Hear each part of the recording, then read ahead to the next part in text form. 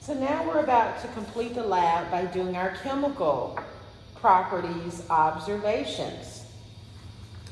And so we know that a solution consists of two components, a solute and a solvent.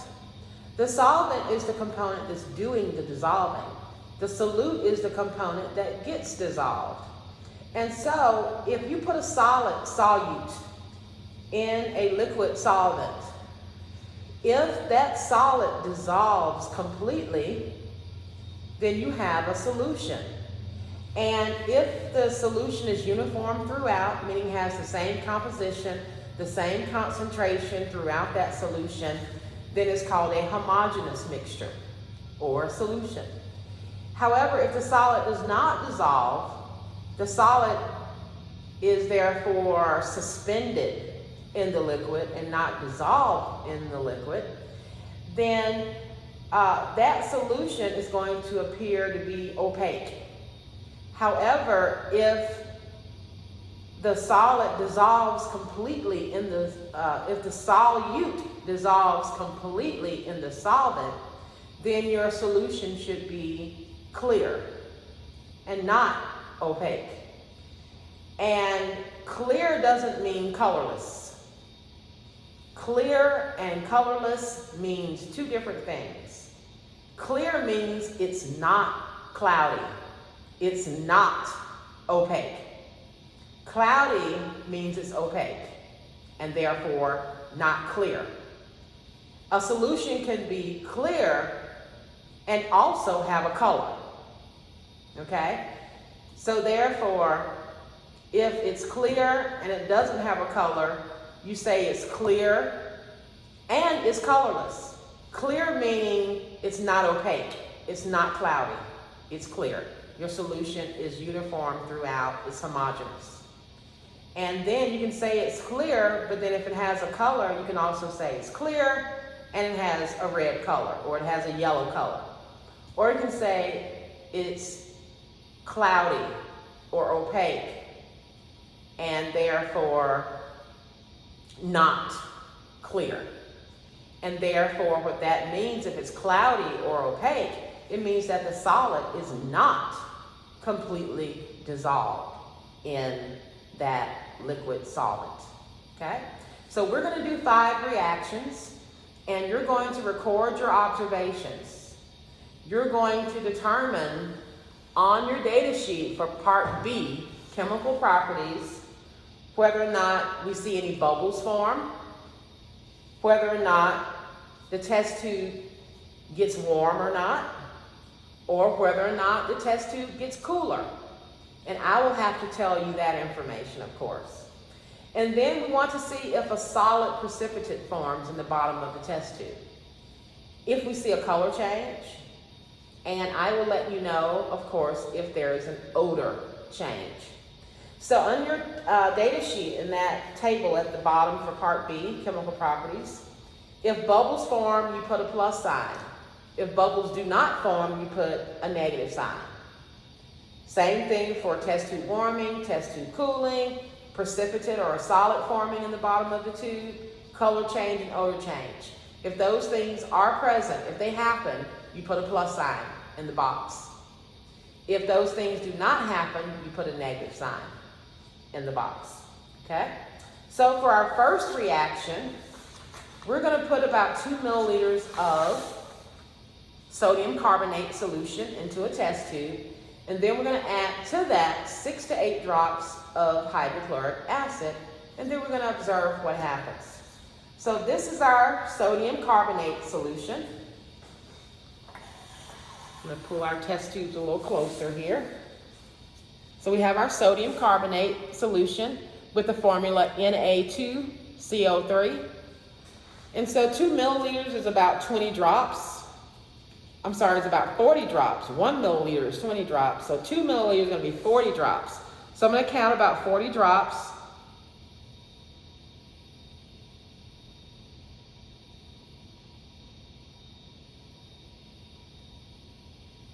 So that's 20.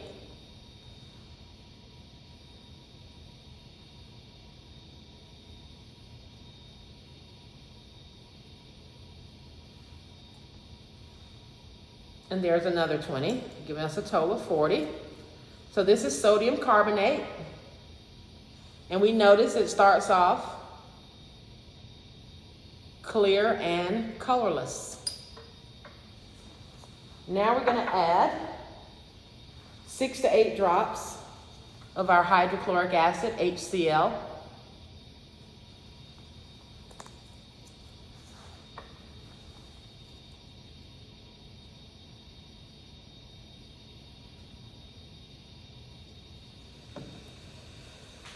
And we definitely notice bubbles forming. And I hear it fizzing.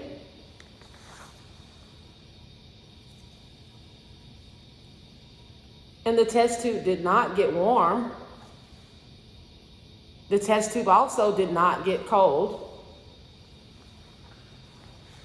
So I am not seeing any noticeable changes in temperature. And we notice that it's still clear. It's still colorless. And there doesn't appear to be any solid precipitate forming in the bottom of the test tube either.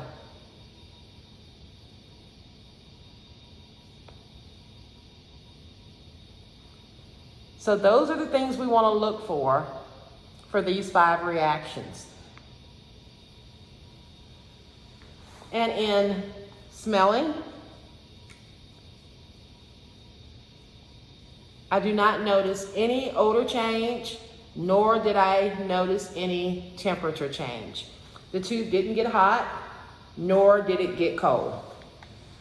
So that is reaction 1, sodium carbonate plus hydrochloric acid.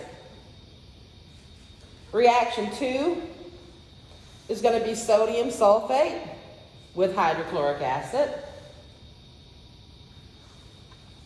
So I've got my sodium sulfate.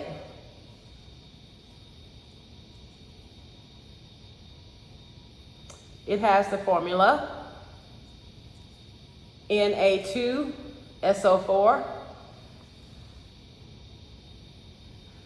We're going to put 40 drops of the sodium sulfate in the second test tube.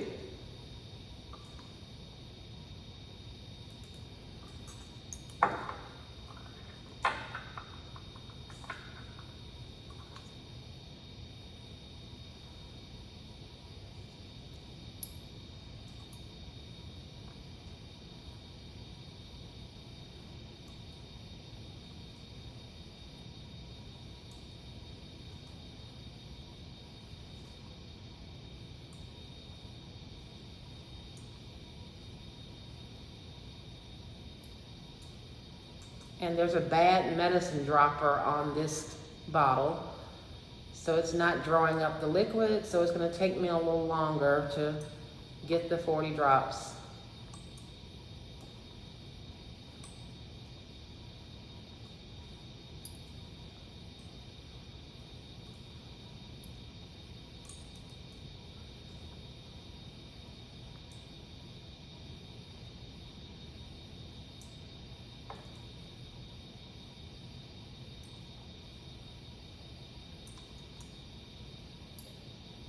So now we've got our 2 milliliters or 40 drops of sodium sulfate. We notice that it starts out clear and colorless. And now we're going to add our 6 to 8 drops of hydrochloric acid to it.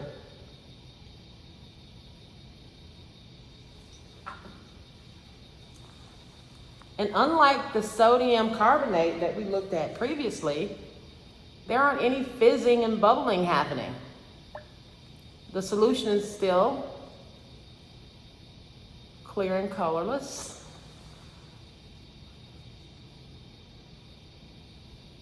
There is no temperature change.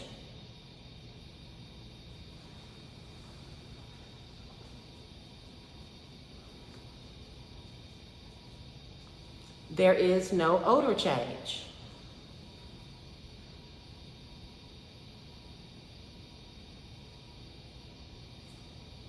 So that is reaction number 2, sodium sulfate plus hydrochloric acid.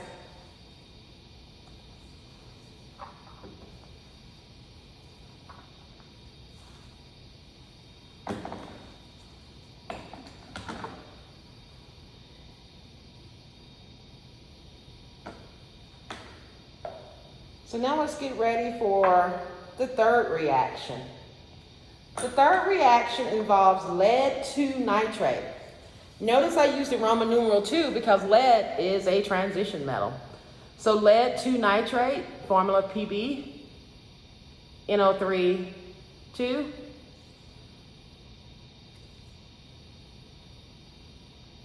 Name lead nitrate.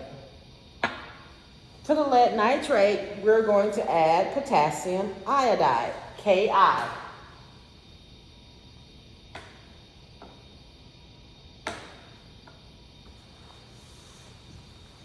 Here is our Ki. So again, we're going to add 2 milliliters of the lead nitrate to the third test tube, 40 drops.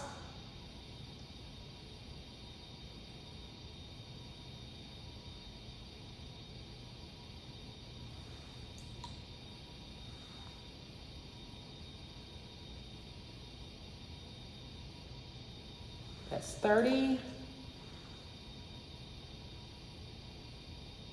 And there's 40. Into this lead 2 nitrate, we're going to add about 20 drops of potassium iodide, Ki. Okay. And so the lead 2 nitrate starts out clear and colorless. We're going to add 20 drops of the potassium iodide.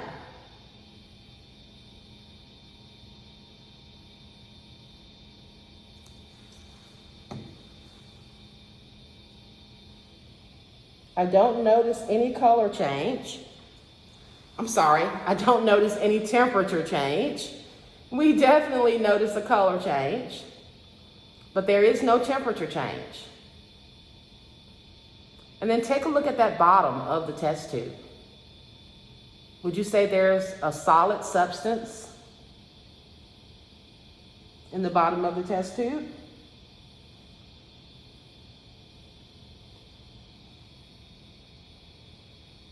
And then I'm going to waft and smell. I do not detect any odor change. I also did not detect any temperature change.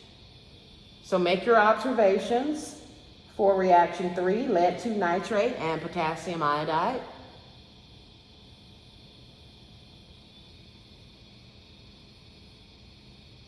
And also make sure you notice the bottom of the test tube.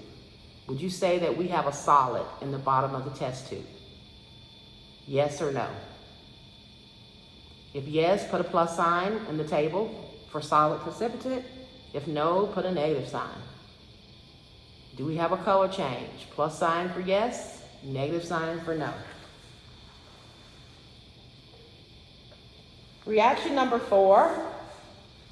This time we're going to use sodium nitrate. Sodium nitrate. And to the sodium nitrate, again, we're going to add Ki, potassium iodide. So for the sodium nitrate, again, 4th test tube, we're going to add 40 drops.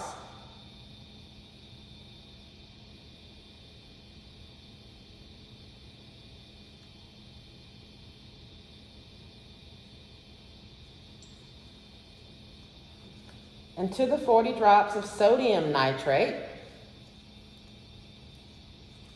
and its formula is NaNO3, we're going to add 1 milliliter of the Ki, potassium iodide. And so our sodium nitrate starts out clear and colorless. We're going to add potassium iodide to it.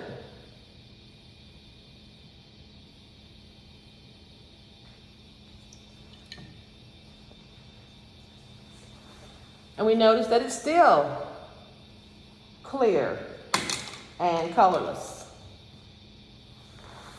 And then I'm going to see if I notice any temperature change. No, I do not.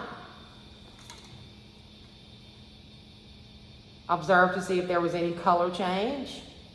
Also observe to see if you notice any solid in the bottom of the test tube. And then I'm going to waft. Not only do I not detect a temperature change, I also do not detect an odor change.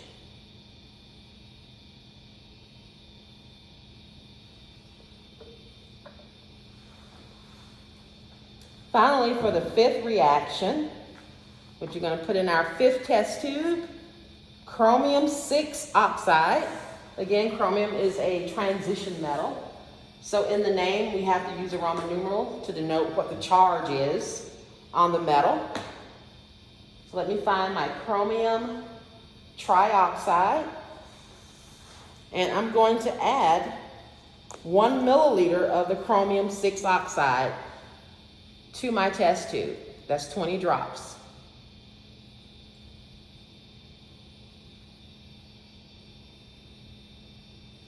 Notice that this solution starts out clear and it has an orange color or dark yellow, light orange, almost kind of like a Tennessee orange, isn't it?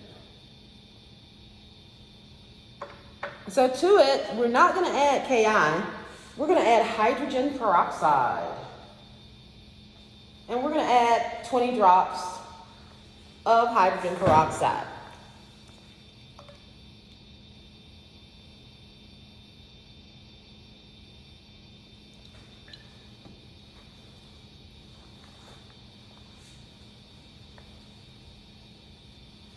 So definitely a color change.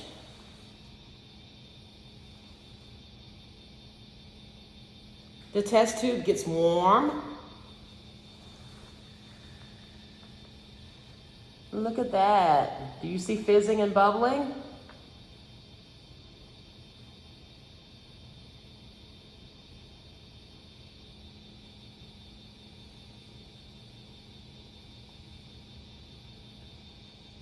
Do you notice any solid in the bottom of the test tube?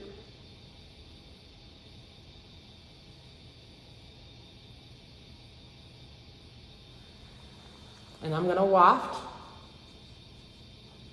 I do not detect any odor change. I did detect the test tube getting warm. And of course, by noticing it getting warm, of course it did not get cold, but it did get warm. And make your color change and your solid precipitate observations as well. And that's the last of our 5 reactions. Fill out your Part B chemical properties data table. You can go into your group meeting rooms, discuss your results, make sure everyone agrees with the results, and then return to the general room so that we can have a final discussion of today's lab.